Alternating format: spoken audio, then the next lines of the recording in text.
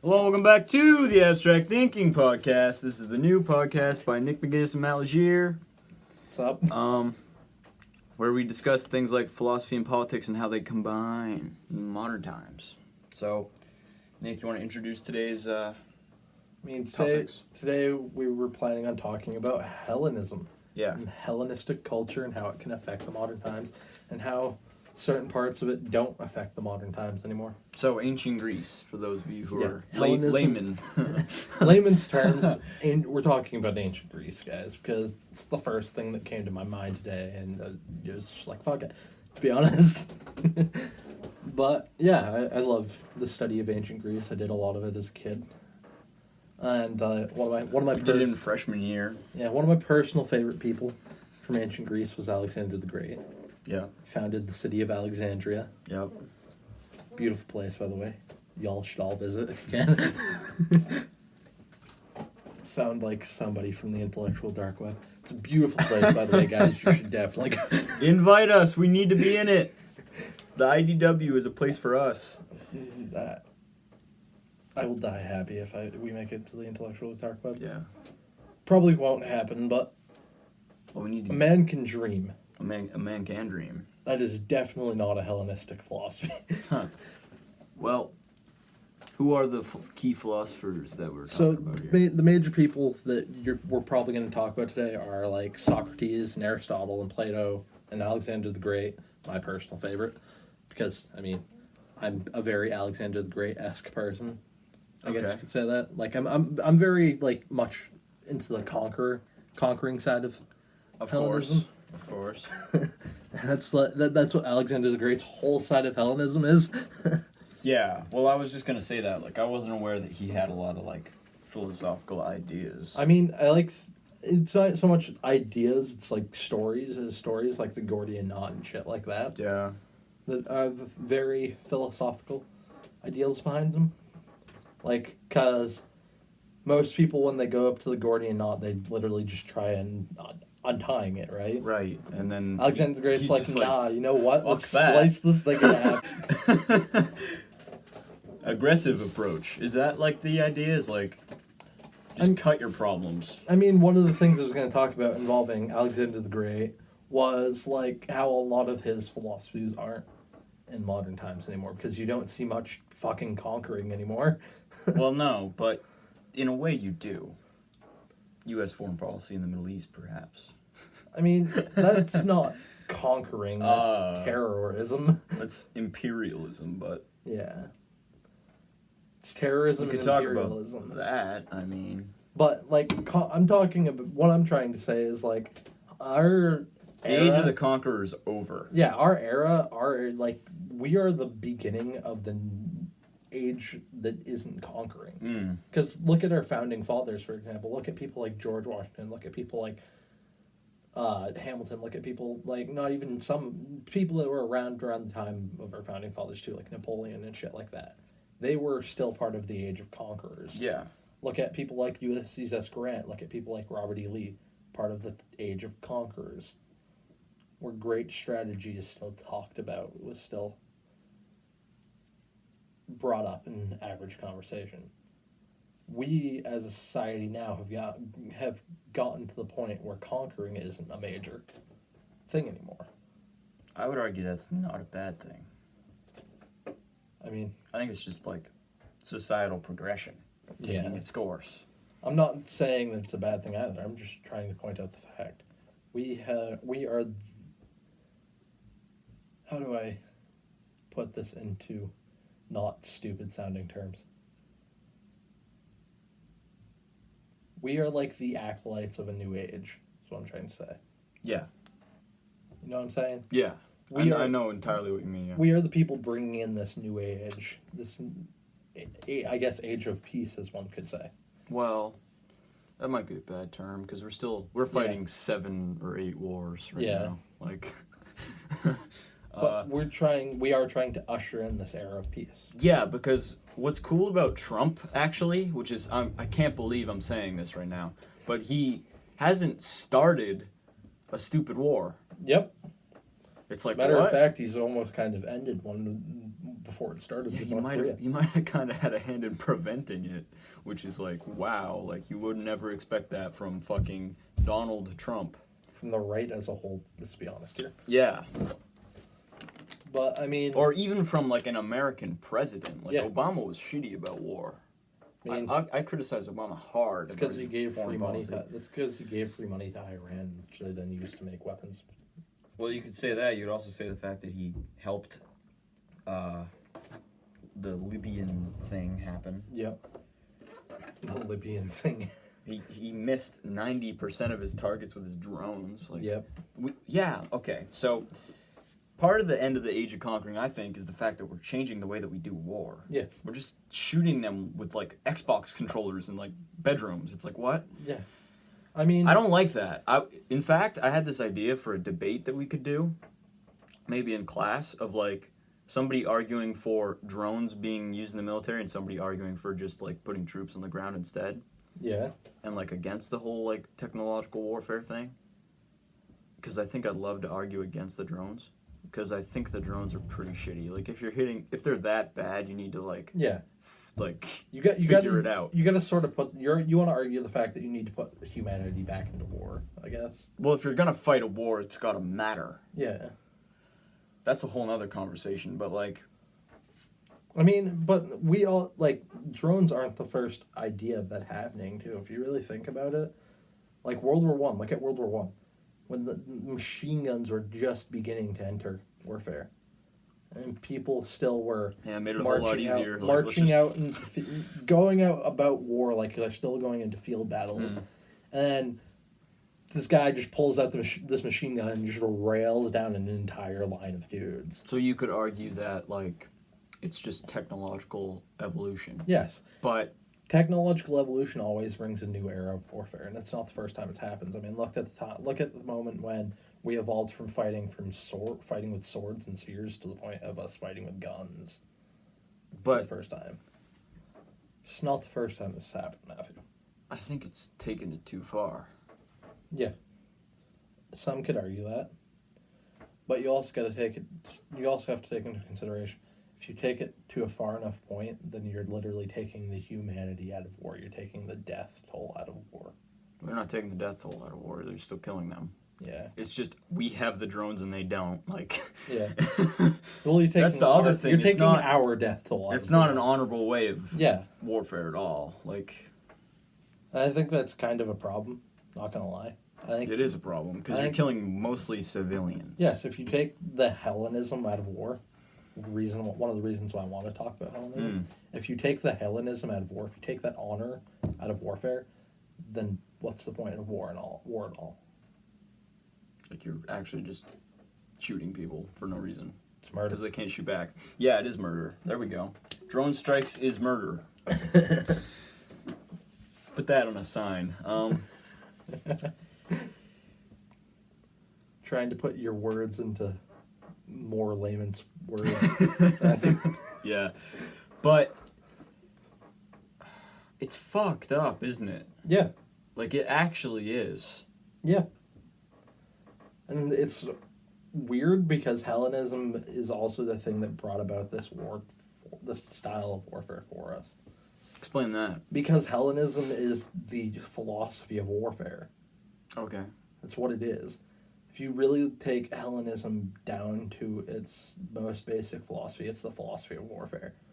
People, ever since Alexander the Great, for example, people have been studying him, and people have been studying Sun Tzu, and people have been taking about their warfare in very similar ways as people like Alexander the Great, people like Sun Tzu, because there were these great tactical minds. Mm-hmm.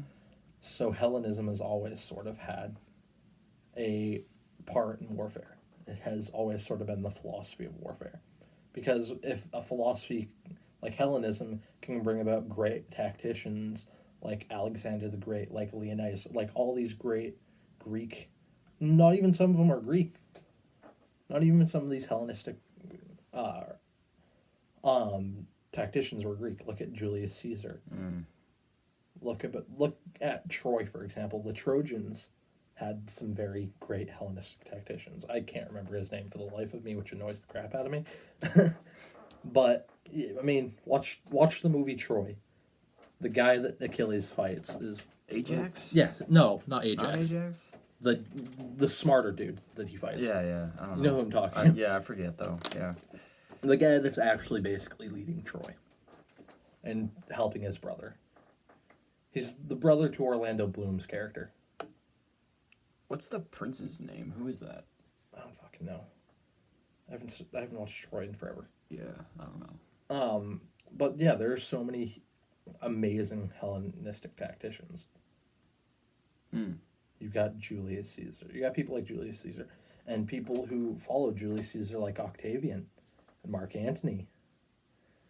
You've got Scorpio. You've got so many of these great Roman tacticians, great Greek tacticians, great Egyptian tacticians, great other African tacticians, like Hannibal. Look at Hannibal Barca. He was a Hellenistic tactician. As much as he may not seem like it, as much as his background may not seem like it, he was a very Hellenistic tactician. Because the thing about Hellenistic tactics is you're always thinking outside the box of ways of doing things. And Hannibal Barca literally marched elephants over the fucking Alps to get to Rome. Okay? Okay. Yeah, I mean, that age of civilization just warring it out to see, like, who's on top is kind of, like, cool to think about from a perspective of historical distance. It's like, Yeah. it's badass in a way. You But know? what I'm trying to get my point across is we're the first era since the fucking Renaissance to not have Hellenistic tactics Well, in warfare. what tactics do we use? We use very one-sided tactics. We, for example, like you were saying, the drones. We take the honor out of warfare. When you take the honor out of warfare, you take the tactics out of warfare. Because I would say it could be vice versa as well.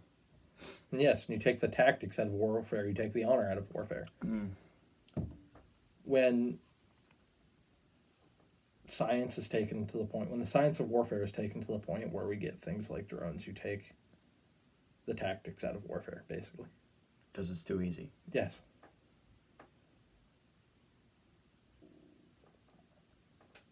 And is there any point in fighting an easy battle? That's the question that you gotta ask yourself. I mean, I just think, honestly, I've been thinking about it a lot recently, and I just think a mass disarmament of, like, nuclear missiles and, like, our nuclear ability would be a smart thing to do. Our own? Everybody. Everyone just be like, yeah, shut off the nukes. Because, I mean... Well, what we do now is we just agree not to use them. Yeah, but, I mean, there's still the threat of them. Right. That's the point. And that's one thing that's been feeding this whole idea. The big guns are coming. When you bring in a weapon that's so powerful, when you bring in a weapon of mass destruction like that into a war, it just makes everything pointless. Because what's the point in sending in an army of troops when they can just drop a nuke on it and murder everyone there? Like we did in Japan. Yeah. It's funny because, like, we're like world policing everybody. Like, don't use your nukes, even though we're the only ones who've ever used nukes. Yeah.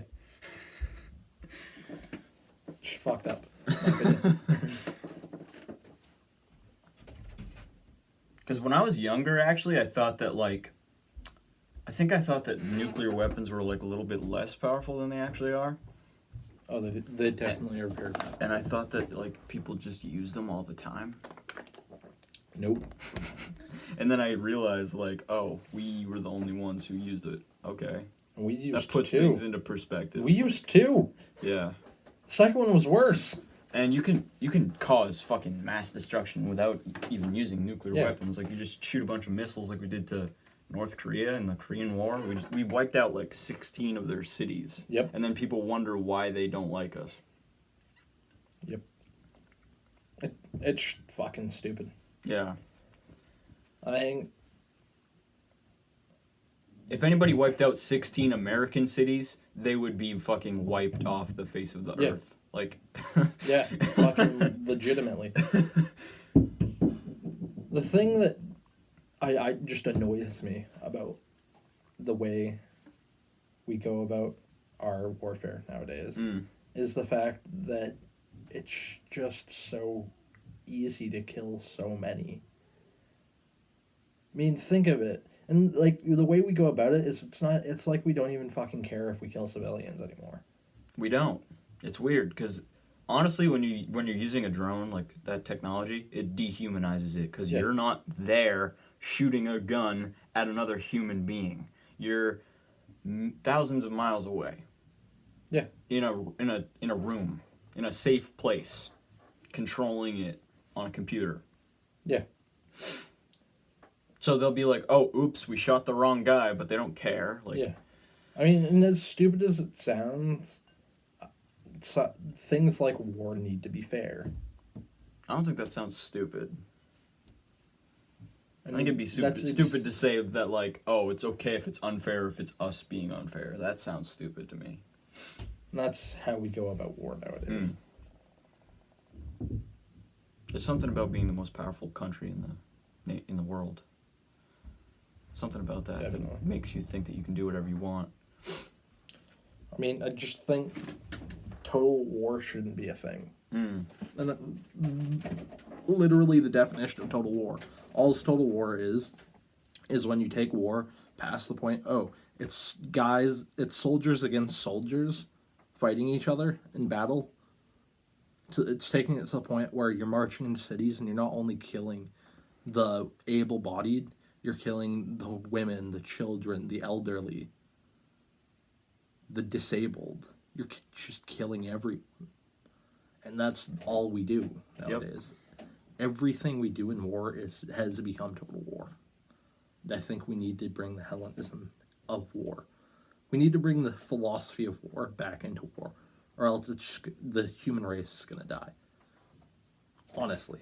I know that sounds extremist, and I know that sounds fucked up, but when you think of it this way.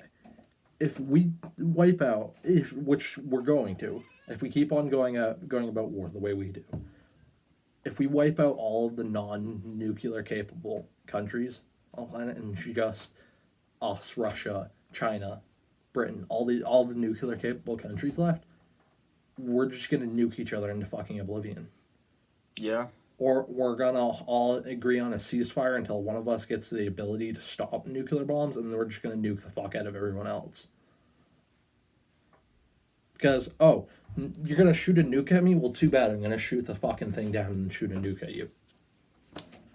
Killing literally everyone there. You're killing civilians. You're killing the women, the children, the disabled, and the elderly. You're not just killing the able-bodied soldiers that literally signed paper and literally were willing to give their life for this cause. You're killing the people who didn't want to do that. You're killing the people that weren't able to do that by dropping nukes. You're ruining the entire ideal of war in the first place. Because, and the problem is, the ideal of war nowadays isn't so much conquering. The ideal of war is just destruction. Yeah. Good point. Hellenism was and that's why I may have misphrased it earlier.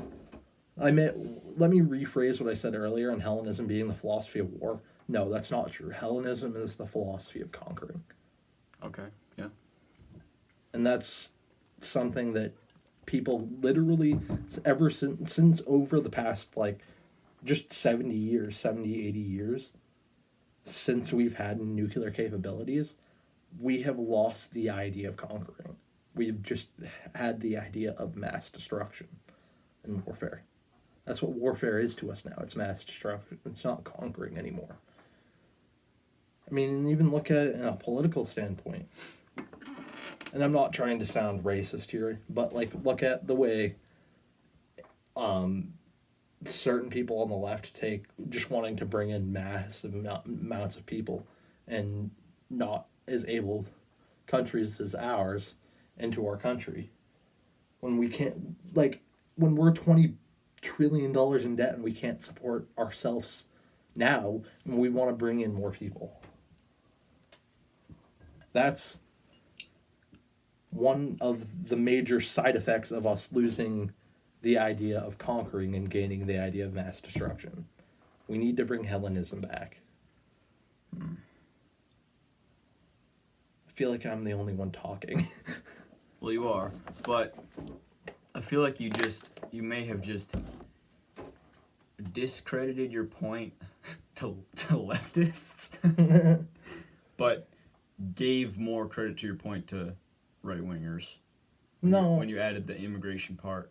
Because, like, no Republican is going to just say, like, we shouldn't be bombing these people. Like, my thing is, like... That was really surprising to hear you say all that anti-war stuff. I'm like, whoa. I wasn't just trying to hate on the leftists. I was going to bring up some shit that's wrong with the right, too. And, like, the major thing... Like the fact that they make excuses for they just make killing whoever they want. for doing this. The right's problem when it comes to this mass destruction is that they enjoy it so much. It's weird. It's actually, like, strange. It's like they don't understand, like what a they've human being is. They've gotten to the point where they take... humanity has been taken at a war, which means we can make it about money. That's what they do. Yeah, and if you're making excuses for the powers that be doing shitty shit, then you're, like, part of the problem, according to me, anyway. Like, if you're not awake to what your government is doing, then you're not helping. Simple as that. Like, nuclear capability has made sheep out of so many people. Because when... Well, it's also just propaganda. Yeah, like, but the still, whole reason why the American people kind of agreed to go to Iraq is because of the media. If you were against the war, they would fire you. That happened. I mean, but when the possibility of something like a nuclear weapon is there, when you know it's possible that, oh yeah, your country can straight up get fucking nuked. You could straight up get blown to literal nothingness. Yeah, literally, like your molecules are like in the air. Like, it's crazy. You would get entirely fucking vaporized if a bomb was dropped on your city. Not even kidding. The ICBMs that they would drop on you, on that city, would lay the entire city to fucking waste. Your body would be vaporized. There would be nothing left of you. And you didn't even do anything. You know what? Actually, I can't say there'd be nothing left of you. You want to know what would be left of you? Literally a fucking shadow of ash that would be left by the nuclear trail. Yeah. That's what would happen to your body. Your body would be burned into the fucking ground. And you had no stake in the game. You're completely innocent. Exactly. Maybe you don't even like the people that we're trying to kill. Like, actually, it's likely that civilians in the Middle East don't like the terrorists. Yeah. And what I'm trying to make the point is like, well, where I'm going with this point is when you have that possibility, even when that possibility is there, it's so easy for people to just be like, people to just kind of give up and people to just become sheep. Yeah, like, become like literal cattle to the slaughter. It's what people have become like because of it. And as much as anybody could argue about that, there are so many people on both sides that are willing, head to head, just given up all of their ideals for politics. It's what most politicians do. It's what a lot of people do. And it's wrong, in my opinion. I agree. Politics should be like a vehicle to express your ideals. It shouldn't take them away and turn it into pure ideology, as some folks might say.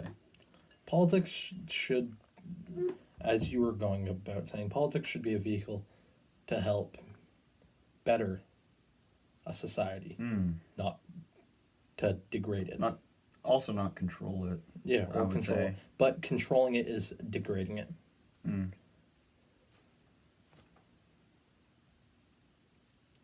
You want to be able to use like military prowess. You want to be able to use warfare and politics as a vehicle to make your country and make your society better, to degrade it. And it's not even sometimes to help just your society. Yeah, that's Sometimes kind it's of meant- nationalistic. I was about to say that. Sometimes it's meant to help other societies too. Mm.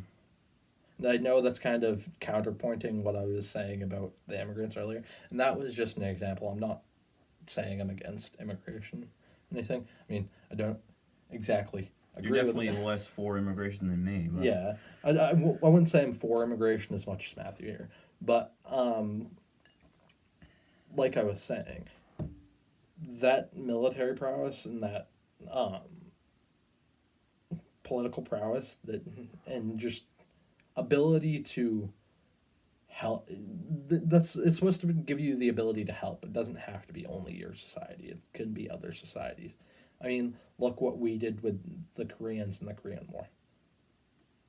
Yeah. We went and helped South Korea because South Korea was a bunch of farmers at the time, basically. Yeah, and Well, it's kind of racist, but well, I mean, some people are isolationists, and I think that like we shouldn't fight other people's battles, and I think that idea holds some water. It's like, yeah, maybe the military should only be used for self-defense. yes, but and that is an example for military. Well, I was also talking about political prowess. How sometimes a country's political prowess should be used to help other societies. Like, look at the UN, for example. Yeah, well, that'd be the other use for the military is like self-defense, and also an organization like the UN can say that like, okay, this country's carrying out a genocide. Let's send all these other militaries to go destroy them, like World War II. Sort of. The League Which of Nations. Which is like one of the only wars that I would say is like, yeah, we should have went there, because I don't think we should have went into Vietnam. I seriously don't think we should have went into Iraq and Afghanistan. But I mean, since we've had nuclear capabilities, we've taken a lot of it's like we've stopped looking at a lot of the consequences of what our wars can do as well. Because, or like what we do as a military can cause. Because those exact people we gave guns to help fight the Russians in the Cold War ended up becoming the Taliban later. Yep. And we still arm terrorist groups. Yep. The rebels in Syria are jihadists. Think about that one. The U.S. government doesn't care about that stuff. Like, actually, they say that they care about, like, okay, these people want to carry out jihad and they want Sharia law, so let's go murder them. But they actually don't, because they ally themselves with Saudi Arabia, which is actually a Sharia state, and they arm people who are literally jihadists, Muslim extremists. So where's the consistency there? There is none, because they don't actually care about defending us. They care about their geopolitical game and their resources.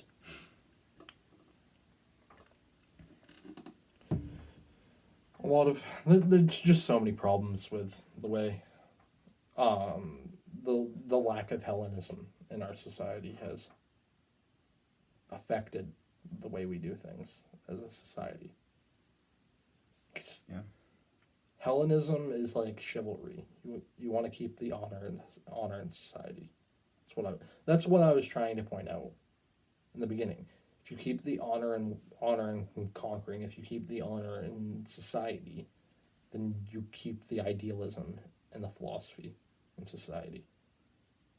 Because once you take that honor and once you take that idealism out of a society, that society becomes sheep.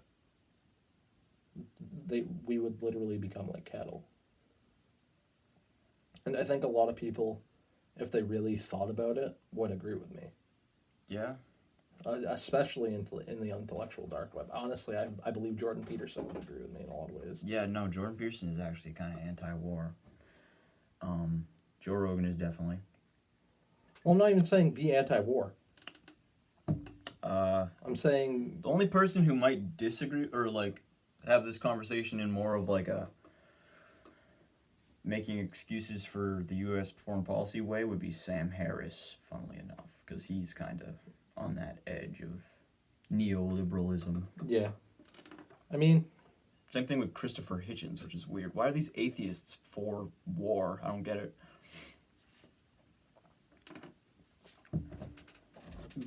That was the weirdest thing about him. I had an answer for you, but I feel like it would just cause a humongous argument, so I'm not gonna say it. What, we're godless, so we are okay with killing people? No. That's what Peterson would say. I mean, I just think, like, the way, specifically with, like, Sam Harris, he would take the morals out of it. Yeah. Yeah, that's actually interesting. It's one thing a lot of atheists, no offense, a lot of atheists are good at doing. It's actually interesting. But, like, Hitchens was a weird guy, because, like, the last thing that he involved himself in before he died, like, the last, like, big political stance he took was, like, a pro-Iraq war stance. It was like, what? Like, he used to be a Leninist, I think. And it's like, what? Why are you for this terrible war decision? But I think actually before he died, he, like, corrected himself, I think. I don't know, though, but I mean, other than that, the Hitch is a cool person. Do you have any disagreements with what I've said, Matthew? I don't think so, except for the immigration part. I think that gets a little squirrely, but I mean, I think we should definitely do what we can to help other societies. But I feel like we should do it. In doing that, we should do what we can to help other societies in their own society, not so much bring them into ours. My personal philosophy involves a lot of, like, globalist type of, not like Alex Jones globalist thing, but, like, the whole world as opposed to the nation. Yeah. Like, if I take one of those value tests, I get, like, I wouldn't say globalist, I'd say internationalist. Yeah. That's probably the better word, Matthew. My meter on nationalism is super low, and then, like, the internationalism. Yeah, it's like, yeah, because I feel like we should start. Matthew wants a new world order, guys. No, I don't.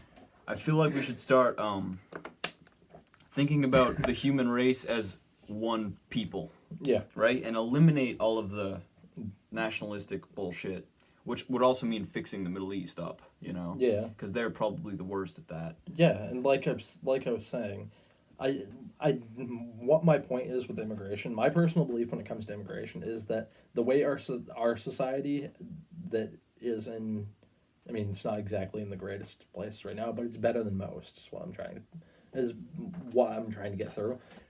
Our society is better than most and has the capability to help other societies. Should do exactly that. They should help the other society and where they are, and not so much bring people from that society into ours. Well, isn't a good way to, like, get people to give up their shitty ideas and get some better ones to integrate them into your culture? Because I think that... Yes, but the way Hellenism did that was through, conquering said place.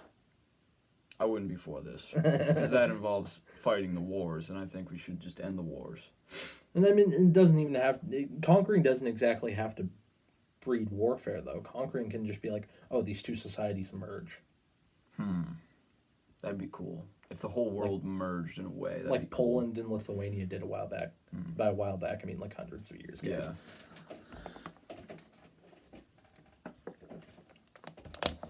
But yeah, like Alexander did it with Egypt. Alexander the Great, for example, he did it with Egypt. He basically claimed he was the pharaoh, and they were just like, oh, he has the connection with the god. Okay, yeah, he's pharaoh. Let's join his country. That's one of the weirdest ones. It's like, what? The Egyptians just bowed down. It's like, huh? Same thing with the Aztecs. When Cortez came, they're like, he's a god. It's like, what? Well, that's because he had guns and horses. Yeah, but it's weird when people who are getting conquered just fucking get on their knees and suck. It's like, why? Yes, but people who, like, when you don't understand something, you think it's, like, godly. I guess. When a society can't understand something scientifically, they see it as divine. And I know that's weird coming from a religious person. Well, a lot of people see a lot of things as divine. Yeah.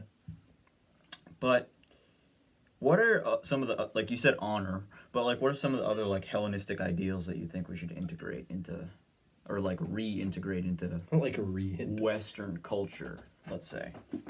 The intellectualism of Hellenism. Okay. Because, and that's just kind of a side effect of us losing the honor of the conquering, the honor of Hellenism, is we lose the intellectual side of Hellenism. Because one of the biggest things about Hellenistic conquering is you have to be that intellectual enough to be able to go out and conquer or merge, or you know what I'm saying. You have to be smart enough to do these said things. As Hellenistic culture praised the intellectual. I don't think our culture does that anymore. I would totally agree with you. And I think that I'm going to do a little Trump bashing and say that the perfect example of this is our president, because he's not an intellectual person at all. I mean, I'm not going to argue, but like, if you think Trump's an intellectual, you don't know what an yeah, intellectual I'm not is. like I said, I'm not trying to argue. I'm just trying to rephrase what I said, I guess. Okay. Like, instead of our society praising the intellectual, our society praises the like the news. They praise the, what's the word I'm looking for? Matthew, help me. Aggressive? No. Raw strength? No. Like, the rich? We listen, like we follow. Oh, okay. Our society has become a society of followers, not so much a society of leaders. Okay, yeah. The collective? Yes. Okay. I guess. That gets weird, individualism versus collectivism, because it's like, okay, what collective are you talking about? You know? Our society has become a society of followers, whereas Hellenism breeds societies of leaders. Well, and wouldn't that be part of the fact that they were in like city states? Because it's like, okay, you have your own country basically, and we're all like in the same country, but it's like you have your own place. Yeah.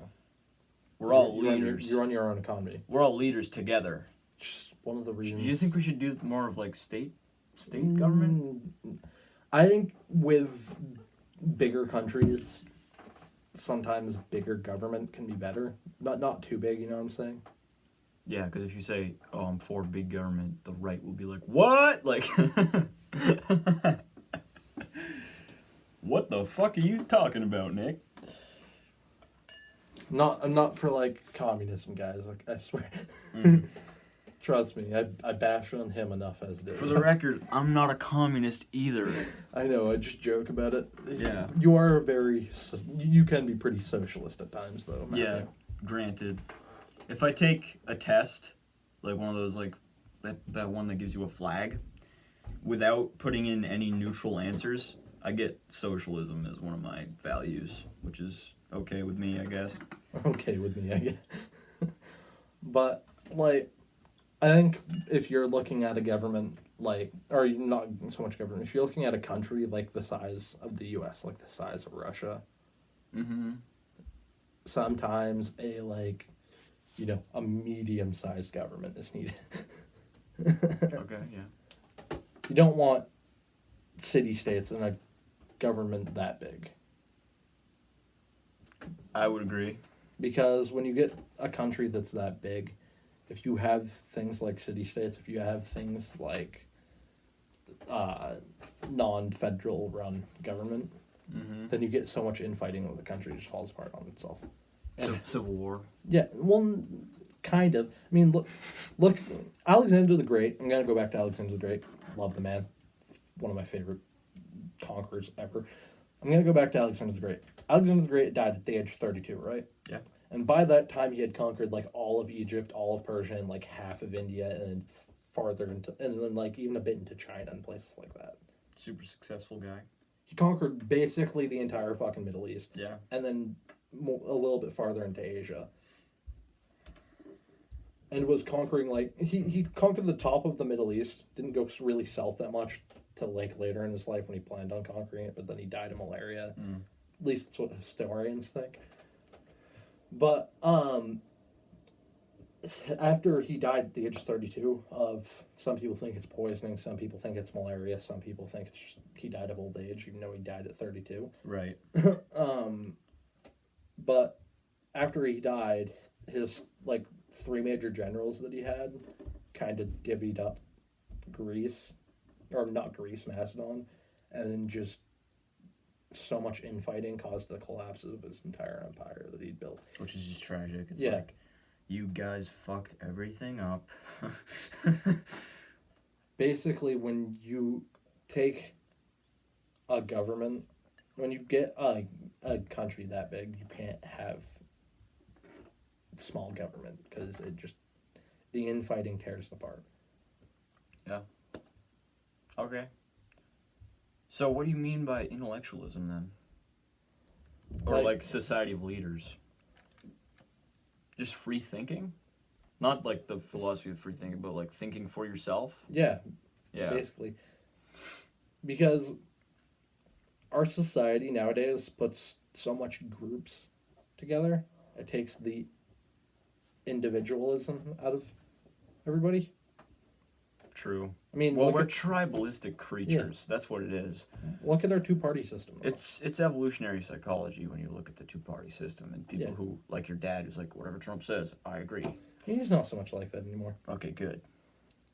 Or when you look at people who, like Mrs. Carver, who was like, I'm a Bernie supporter, and then Hillary got nominated. She's like, I'm a Hillary supporter. That made me so mad when she walked in with that pin on. I'm like, do you have any principles? Like, yeah, let's go from, like, socialism to corporatism.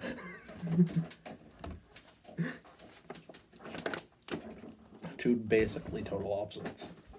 Yeah, well, Bernie's not a socialist. He's a social democrat. There's a difference. He's not even a democratic socialist like he says, because he uses the word wrong. If you look at his policies, they don't match democratic socialism. Like, let's break this down for a second.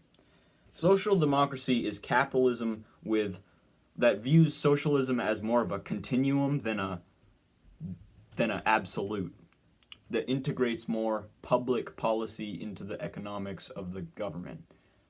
Democratic socialism is, like Steven Crowder would say, just socialism that's democratic. They're two different things, but the terms are interchangeable, and it's all Bernie Sanders' fault, because he used the wrong label for himself. So where would you put Cortez? Social democrat with Bernie, because she uses the label wrong too. Why? I feel like she's worse than Bernie, in my opinion. She might be a little bit more left-wing than Bernie is, yeah. I think she's more socialist than Bernie is. Mm-hmm. That's what I mean, yeah. Honestly, I'd agree with you with Bernie. Yeah. I think he's a social democrat. I think Cortez is a democratic socialist. Well, she just won, so I think we need to look at what she does with her district. Yeah. I don't want to. That's the thing that because Bernie's been in politics for years. Yeah. She's been in politics for like a few months. So. And that's the thing. I haven't gotten onto the train of making fun of Cortez as much. Like Sargon did. As much as a lot of other right wingers have, yeah. and even some left wingers. Because isn't Sargon? He calls himself a true liberal, but he's shifted right in the past year, I would say. Yeah. But, I mean, I haven't fallen on the train of, like, making fun of Cortez that much, mainly because we haven't seen really any of her, right. like, politics. She hasn't done anything yet, except for endorse the Democratic Socialists of America thing, but that's... So I'm not gonna really make a lot of jokes about her until we've seen more of what she's willing to do. Yeah. I see it as a victory for true progressivism. I mean, because she's not a corporate Democrat, and that's the type of Democrat that I don't like, is the corporate Democrats. So most of the Democratic Party? Yeah, exactly. If you're a real left-winger, you're in a tough spot in the 21st century, because it's like, who the fuck do I vote for? I get it. Because you don't want to vote for the Republican, but you also don't want to vote for the corporatist Democrat. Yeah, that's why, like, My mom didn't vote for president. She only filled out half the ballot.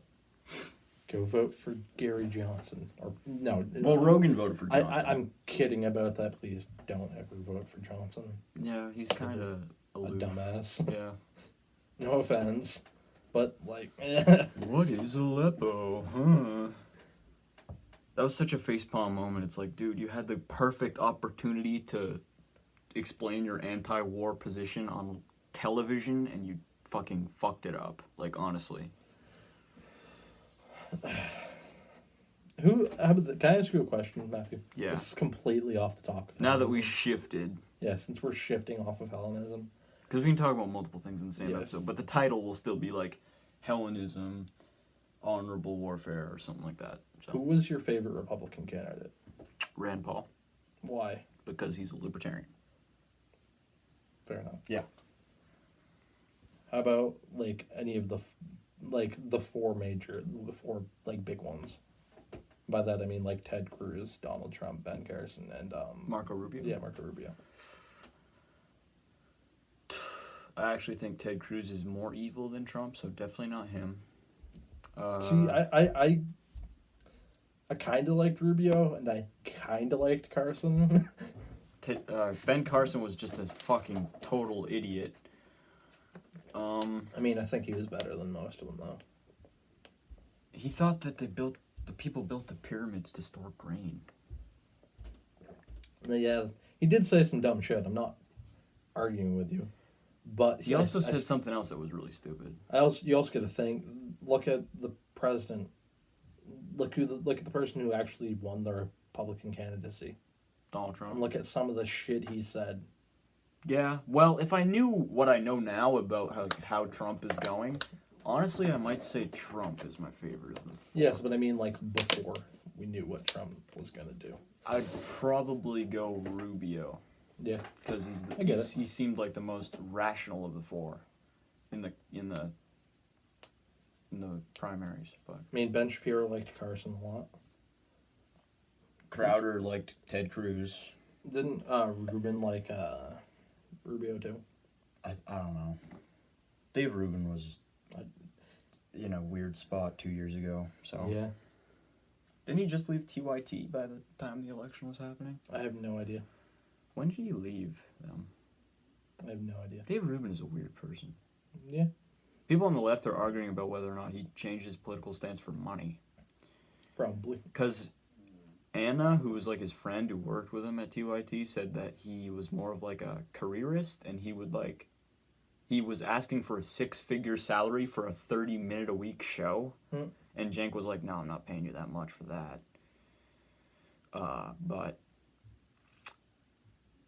And he was always kind of more right-wing. Because the original argument that people say like sparked his decision to leave there was about Israel versus Palestine. And he was with like Jimmy Dore, who I like a lot, and Cenk, and I think like John Iadarola, I think, was on the panel too.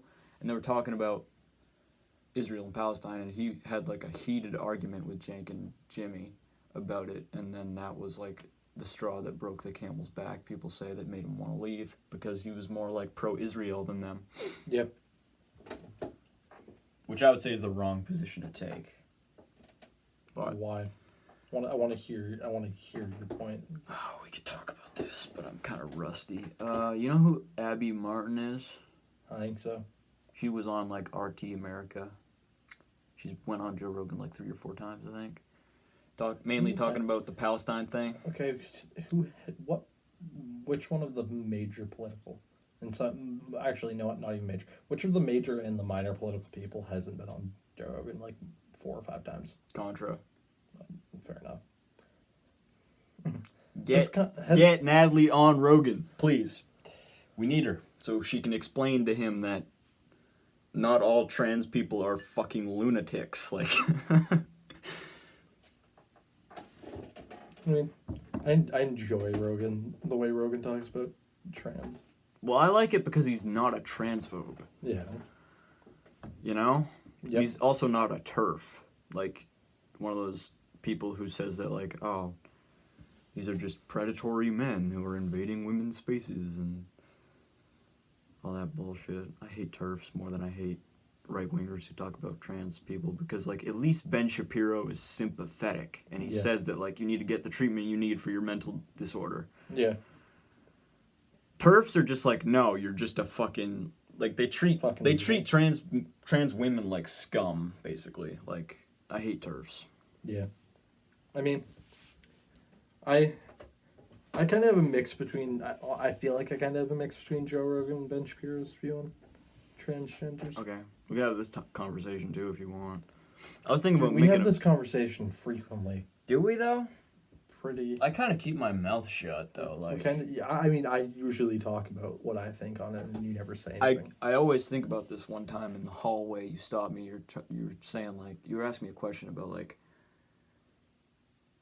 in the workplace, like, if somebody didn't hire someone for the virtue that they had gender dysphoria and someone else did and they had the same qualifications, like diagnosed dysphoria, not just like random sporadic dysphoria, but like and it wasn't even specifically about gender dysphoria. I know what you're talking about. I was like, I was like, no, that's not transphobic. That's just career prioritization. That's... If you were to take some person if you take two people with the exact same credentials for a job, and one happened to have a mental illness and one didn't, which one would you hire? And I feel like most business owners would hire the person who didn't have the and you have to take into account things like gender dysphoria and that whole idea. Which one would you hire? And would it be transphobic not to hire the gender dysphoria? I don't think so, unless it was literally like the person was like, no, because you're a trans person. Like, yes, but if the employer had no idea about, like, he didn't have any feelings towards the idea, he just knew one had a mental illness and one didn't. Yeah, if it was a pragmatic decision, that's fine. Because you're just trying to be productive in your little capitalist company, so that's okay. Yeah. You fucking social. I love making, like, stereotypical right-wing jokes. Yeah. You fucking social. Yeah. I just find it funny. Because, honestly, I think a lot of, like, the supposedly insulting jokes on either side are just fucking retarded. Fair. So... I talked about the cuck thing many times on Mass Money Morning podcast. Yep. The bastardization of that term. Mainly by the alt-right. See, I really have no... I don't care enough to have a view on cucks. Okay. That's fair. It's the same thing I am with addiction is a disease and a choice thing. I just don't care enough about it to have a view on it. That shit pisses me off when people, like, victim blame addicts. Makes me so mad. Because I hate apathy. That's the thing. I don't like when people aren't able to feel bad for someone. Yeah.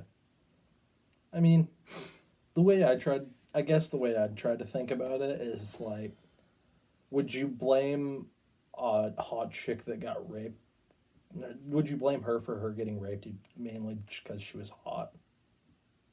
Oh, that's actually stupider. That's like a dumber position. Oh, yeah. It was your fault you got raped because you're attractive. Yes. What? But I'm just trying to use that as an example of, an addiction is a disease or a choice. Yeah. So would you blame somebody who... like, for being addicted to something because they tried it once? No. Exactly. Or, even worse, because the fact that they got injured and then got on an opiate and then couldn't get off of it. Because that's how most addiction happens. You start taking Oxy because it's prescribed to you and then you can't stop. Yeah. No one understands that part. You don't choose to break your leg. Like, it's not your fault. What do you expect them to do? It's fucked up. It isn't my fault I was given those beans. It's fucked up. Exactly. Persuade me to turn away my cow with beans. Into the Woods jokes. Theater kids, if you didn't know that. Yep, definitely. We should go for like 2 hours this time. Dude, I don't fucking know. I want to keep having this conversation. But dude, it's only 4:30. We're fine. Yeah, but my stuff. Also, I low-key gotta piss, You can go if you want. but I don't want to leave the video because that'd be super fucking weird. No, we've done this before. Yes, on Matt's Monday Morning Podcast, and there wasn't a fucking video. We're an hour in. It's okay. A lot of people I bet have already tuned out, so. Probably. I mean, I wouldn't blame people. I don't think I'd want to listen to me rant about Hellenism either. Self-loathing. Gets me right here. The philosophy of hating your life. Lol. Truth. But, yeah. Where did we go with this fucking conversation? No fucking idea. We went from Hellenism and how it affects modern times to something to transgenderism. Yeah, you were going to lay out your opinion about that, but I don't think you did. Because I started talking about the job opportunities thing. Yeah. I mean, like, transgenderism, I think people who are, like, if a guy becomes a girl, he shouldn't be able to do things like fight in the UFC. That's where it gets weird. That's something I think. That's like, but honestly, if you want to go get that, go through all the surgeries, take all those hormone pills, do all that shit to, turn your penis into a vagina and all that good shit. Or not. A lot of people keep the dick. Or vice versa. Then go the fuck ahead. I'll call you whatever pronoun you want. I really don't care. Just as long as a guy isn't going out and, changing himself into a girl just so he can go beat the living shit out of a bunch of girls in a fight. Yeah. Or a girl is getting changed into a guy to do a sport that's predominantly done by won by women. Well, here's the thing about the fighting. I was thinking about this because Rogan talks about this a lot, because one of the key times that he got piled on by social justice warriors is when he said that this trans woman who was fighting women in the UFC who didn't know that she was like a biological man. How do you not know you were a biological man? No, like the Oh, the UFC didn't know she was a biological man? No, the girls that she was fighting didn't know. I thought you were saying that, like, the girl changed her gender didn't know. But, like, the trans woman was fighting girls that didn't know she was a trans woman, right? Oh. So they were getting beaten unfairly, clearly, because this was a biological guy who was on estrogen, right? So it's like you're still like, yeah, you had a male puberty, so you have all those biological advantages of that.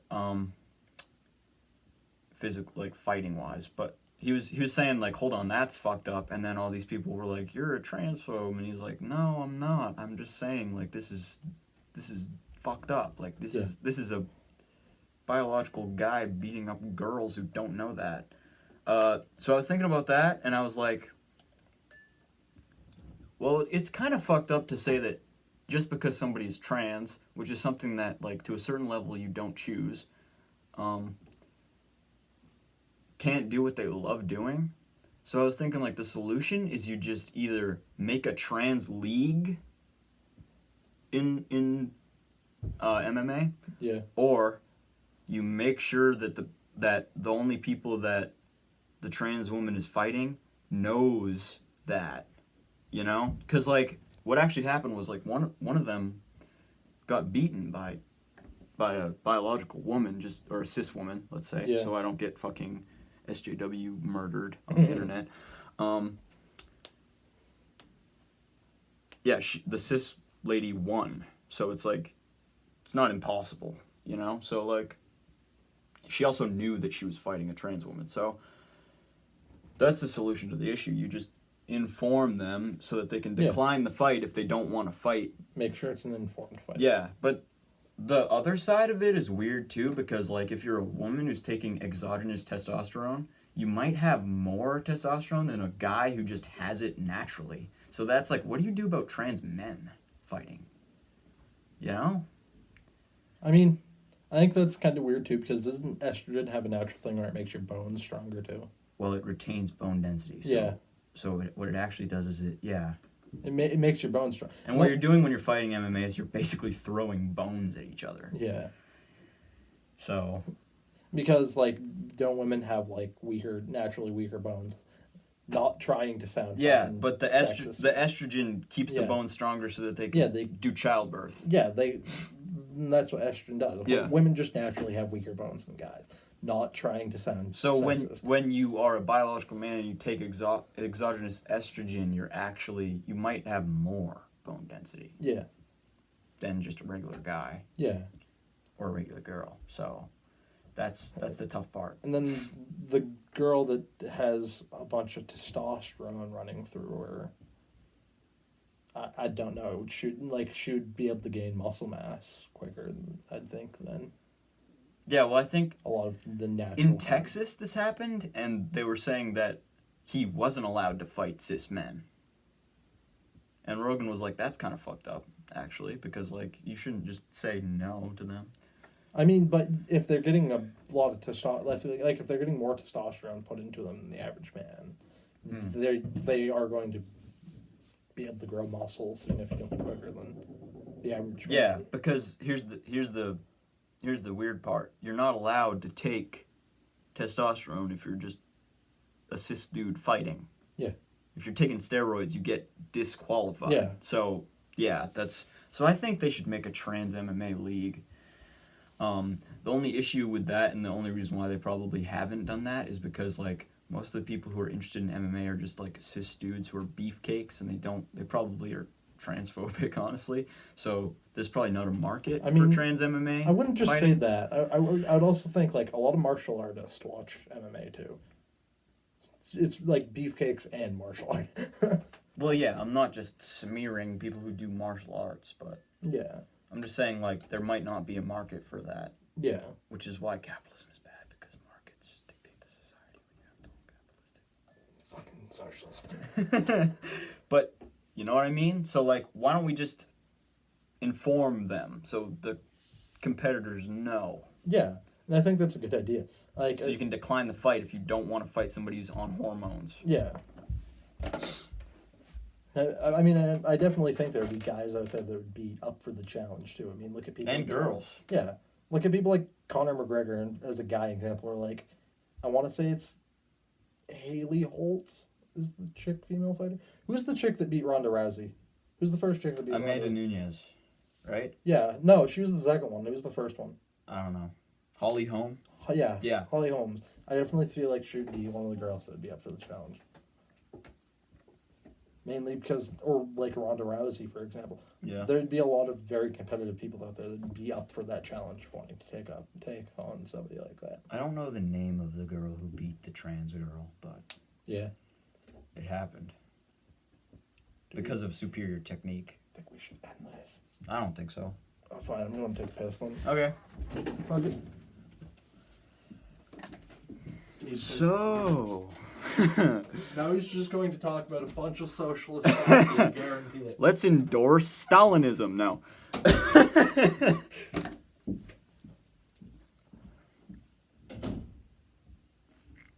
Nick doesn't understand socialism. He doesn't understand social democracy either, or democratic socialism at all. He thinks that anything that's not anarcho-capitalist, free market totalitarianism is communism, which is incorrect. So, welcome to How to Misrepresent Your Co-Host 101. But, yeah.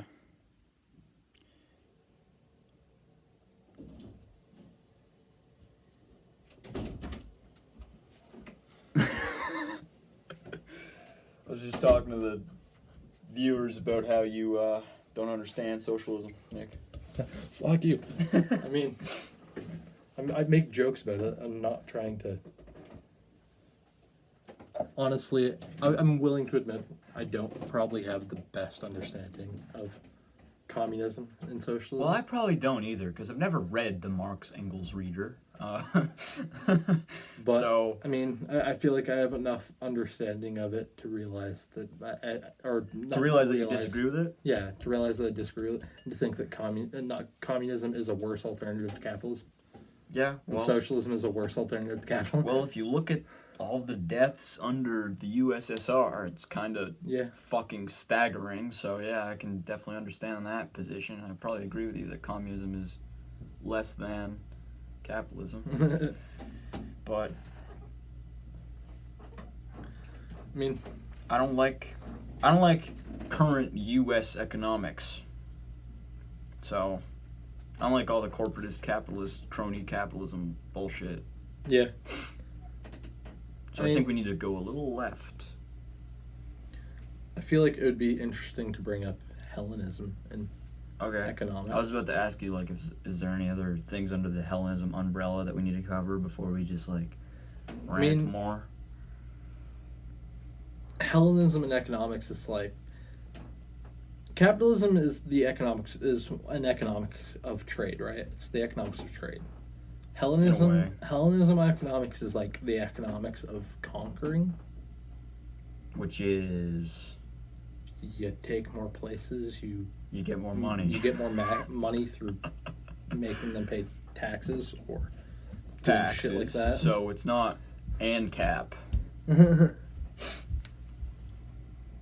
That's the thing about taxes, is we've had taxes forever. Yeah.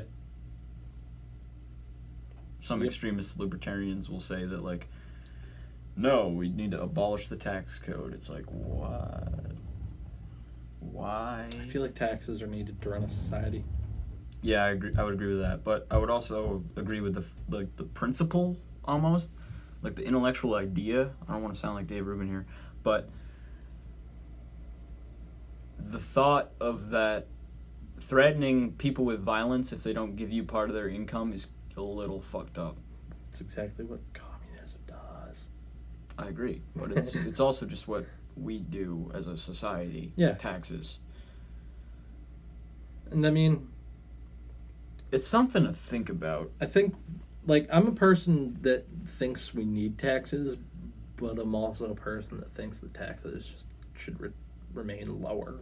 You know what I'm saying? Yeah, I say tax the rich. Tax the shit out of the corporations. Like, not even really a personal tax, but like corporate taxes. Yeah. I get that. I get where you're coming from. Definitely. But you also got to realize, if you tax the corporation, then you take the freedom out of entrepreneurship. Do you, though? Yeah. I don't know if you do. I think if you tax them too much, like 90% will take fucking almost all the money you make. That's taking away the freedom of entrepreneurship. But I don't think that, like, all right, we'll take a good amount of this. I mean, if you we'll refund it into the society so that more people have more economic freedom to take more economic risks. That's what universal healthcare does. If you look at Canada, their entrepreneurial activity has increased, and it's above ours now because of the fact that their healthcare system is more all-encompassing. Guys, it's big pharma. Than us. Big pharma. Big pharma. Big pharma is just more people are becoming part of big pharma. I was gonna ask you this. It's like, are you for universal healthcare? I mean, the way communism goes about it, no. Well, yeah, but like just that policy, singularly. The idea of universal healthcare sounds fucking great to me. Yeah. Everyone just gets free healthcare provided by the government. You pay for it with your taxes. There you go. But you also got to figure out a way to do it that's like reasonable. Yeah. Okay. So, if somebody could come up with a reasonable idea for universal healthcare, I would be all fucking for it. The problem is there's just not a lot of reasonable ways to create universal healthcare. Well, Bernie's for that. Same thing with like free college and shit like that. Free education, free. If you can find a way to do it that doesn't cause a bunch of fucking taxes.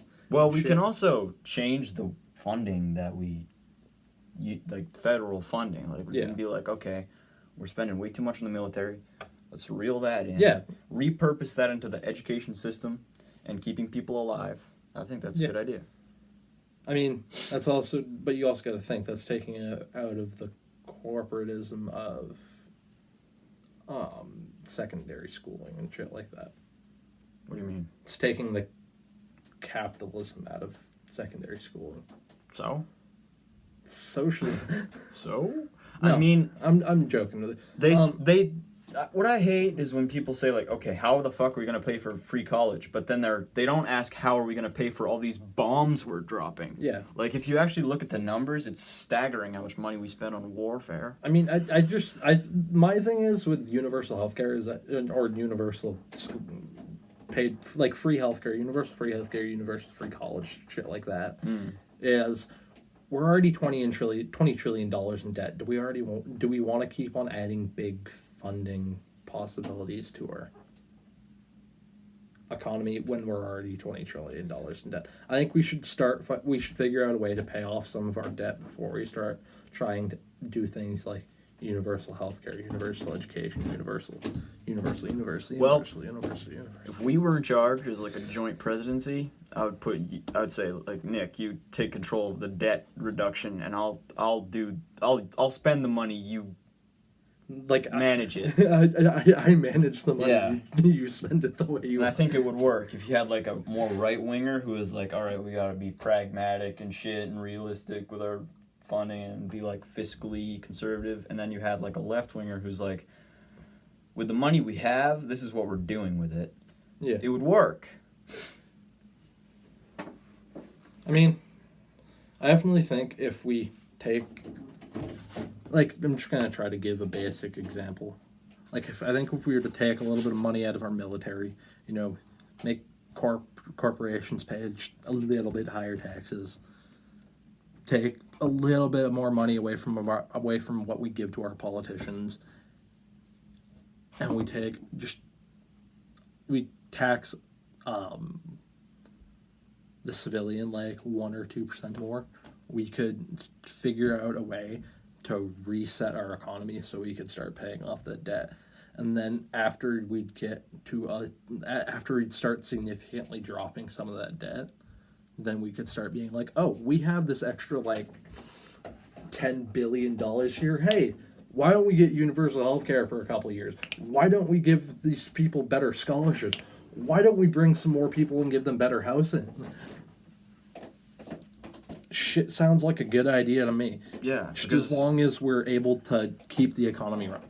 Well, here's the thing. And this is actually a contra line. Humanity should not serve the economy. The economy should serve humanity, right? Yes, but Like, you need to have. That's what we're saying. Here. Humanity has to serve the economy to the point where it keeps the economy running, and because the economy is what's serving humanity. Like think of economy as like, I don't want to sound fucked up here, but think of the economy as like a slave. You want to feed it, and you want to clothe it, you want to house it, you want to keep it, running good, but the economy is society's slave. No, like, but you want to keep it like running good, so you can keep on having that money to do the shit you want to be economically stable. People need to put it in that. Maybe I shouldn't say slave because slave sounds fucked up. Think of it as like a pet. Think of the economy as a pet. You want to keep it running in good condition so you can continue having fun with it, I guess. Okay, yeah. I like that too. That's a good line. Fuck yeah. The economy should be a pet. Treat it like a pet.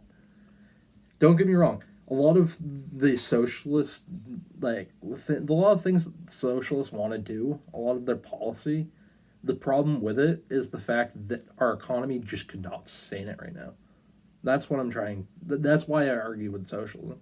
Because we're already so far in debt that our economy physically just can't hold any more. Oh, we're giving away free shit. Once we get our economy into a better place, yes, that's when maybe a more socialist person could step in and be like, yo, we should do this, yo, we should do that. Yeah. Hey, we can do this. We have the money for this shit. No way.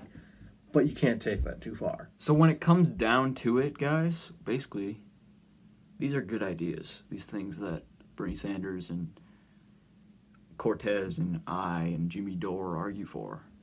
They're not actually bad ideas coming from a person on the right. Yeah, this is why people like me say communism in theory sounds like a good fucking idea, because it's little work and all play, right? That's the idea of communism. It causes the littlest amount of work, so we can all just have we can all just party. Which Basically. is the utopian dream of it. It's great in theory. It's amazing in theory, but in practice, it's very unrealistic to do. That's why you can't have a completely run socialist or communist economy, because if you're putting like 10% of that 10% of the work, you're only doing 10% work and you're doing 90% play, the economy is just going to die. But if you balance your work and you balance that fun, then the economy can run beautifully and people can get what they want, and people wouldn't be fucking homeless, and people wouldn't be doing all this shit that sounds so fucking terrible. You know why we're doing that? Because we're doing shitty shit with the money we have, putting too much towards our military. People are asking too much already of from our economy, and people want more from our economy when we just physically can't do it. I like your guys' ideas. They sound good in theory, but in practice we just can't do them. That's why I argue with the socialist. That's why I argue with the communist. Yeah. Because I think both voices are important. Once socialism every once in a while is good. So, and just like authoritarianism every once in a while can be good. But over a long period of time, for example, authoritarianism, it becomes fascist. For the example of socialist, it becomes communism. Because socialist is the view, if I'm correct me if I'm wrong here, socialism is the view that we should keep the economy, running stable, but we also want to have a good amount of fun with what we're doing, with what we have, right? That's acceptable, yeah, that's a good communism interpretation. But if you keep that going over a long period of time, people want more and more and more fun with less and less and less work, and that's when communism begins to take hold. Because communism's like 10% work, 90% fun, and it's just unrealistic. Well, I was thinking about this actually. Like, what is the utopia, right? Like, what is the perfect society ideally? It would be, what I came up with was, people aren't dying for stupid reasons. Would be number one. Yeah. And that led me to thinking about heaven, because that's actually what heaven is like everyone's utopia, eternal. But I guess the other part would be money's not an issue. Like, you can do what you want without worrying about not having the money for it. Yeah. Which is why I think we should get rid of money. Well, no. Universal basic income is compelling. It's a compelling idea. Let's just pay everyone a little bit every so often. So that they're not homeless. That's what we do with tax returns. They're not starving. And they have the ability to, like, if you're an artist, you don't have to get a stupid fucking burger flipping job. You can actually just make your art and live off the, as the right-wingers would say, live off the government's tit. You know? I get it. But I think it's something we should try. At least in, like, some state. I mean, the thing I think we should stop doing, and I know it's kind of going against my whole Hellenistic rant, but I think we should stop putting so much funding towards other countries, first off, and, How so? And put more towards ourselves.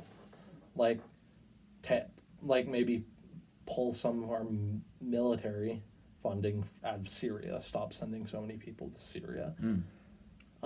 Yeah, that's part of the plan. I mean, stop sending so much funding to things like the UN, and stop sending so much funding to places that need our money when we already need the money we're sending. We're giving to the point where it's hurting us. that's one thing we're doing. We give to the point where it hurts us, but then we also spend too much than we have. We already spend more than we have. So we're like double hurting ourselves. It's like snapping an arm and a leg. And then thinking you can still fucking function. Right? That's the other part. But I wish Bernie won so much. So we could actually see what it would look like if the U.S. went a little bit more left. You know? I mean, do you not think that U.S. went a little bit more left with Obama's presidencies? Not in the ways that it should have.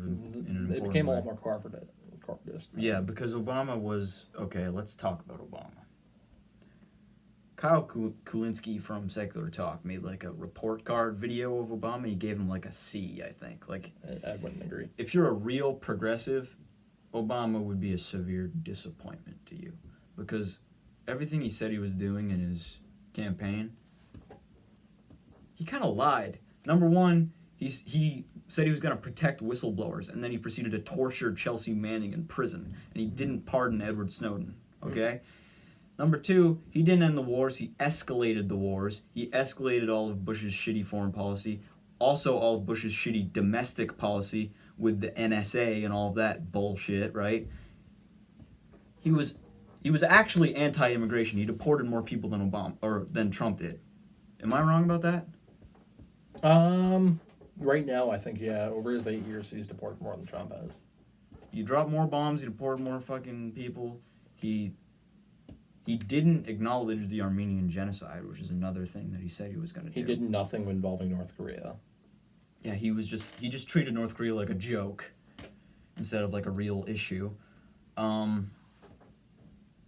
think Trump has done, honestly, I think Trump's done more of what Democrats have wanted in the I wouldn't say Democrats. Well, like the Democrats as a whole. I wouldn't say just you, but it's I'm not a Democrat either. Yeah.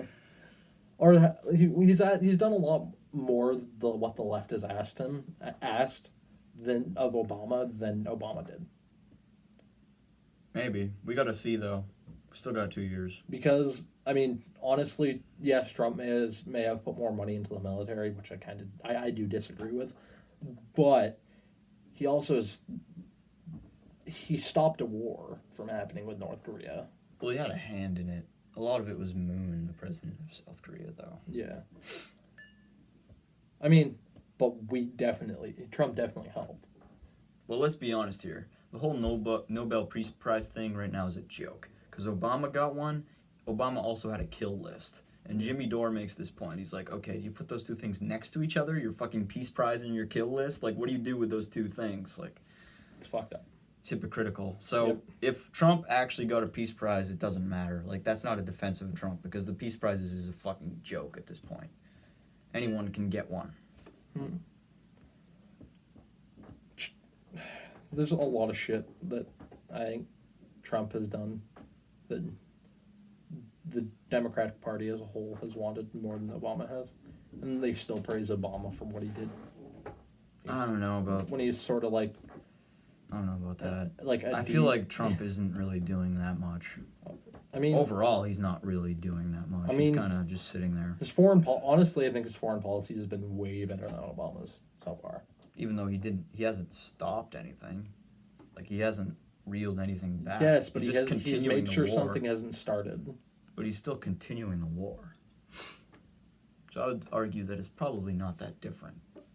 I still think from what he's done has been better than Obama. That's a fair position, though. Because Obama didn't touch North Korea at all. He just ignored the issue. Which is actually a really dangerous thing to do to a country that has nuclear weapons that they're pointing at us.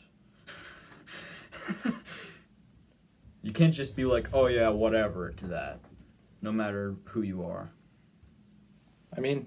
But back to my point of Obama is, like, he wasn't that leftist. He was like a D. Yeah. If I had to give him a report card, he was like a D. But you know what I mean, though? He wasn't a true left-winger. Yeah. He was a corporatist. Yo, you should pass me my phone.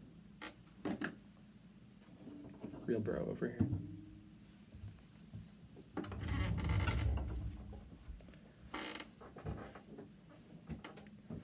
Yo. Are we done? I feel like we're done. All right. Well, did we cover Hellenism thoroughly? Yeah, we did. I did a little bit on Hellenism involving the economy and how it kind of has nothing to do with our economy anymore. And then I covered what I wanted to cover involving war and conquering. So yeah, I've covered pretty much what I wanted to cover with Hellenism, guy. All right, cool. So, hope you enjoyed this episode of the Abstract Thinking Podcast. Probably won't, because like I said, I ranted most of this. But I still hope that you liked his ranting. I know he doesn't. Oh no, I'm a fan, but have a good week, or however long it takes us to fucking make a new one. Enjoy your life until next time. Yes. And then after that too. Yes. Unlike both of us. Hopefully we're contributing to your enjoyment quality of life. Yeah. Maybe we'll talk about that next time. Talk about life philosophy. Non-nihilist philosophy. We need to have the nihilism discussion at some point. But yeah. See you next time. This is Commie and Nazi signing off. I am not a fascist, I'm not a communist either. But a joke, man. But yeah, same. But yeah. Goodbye.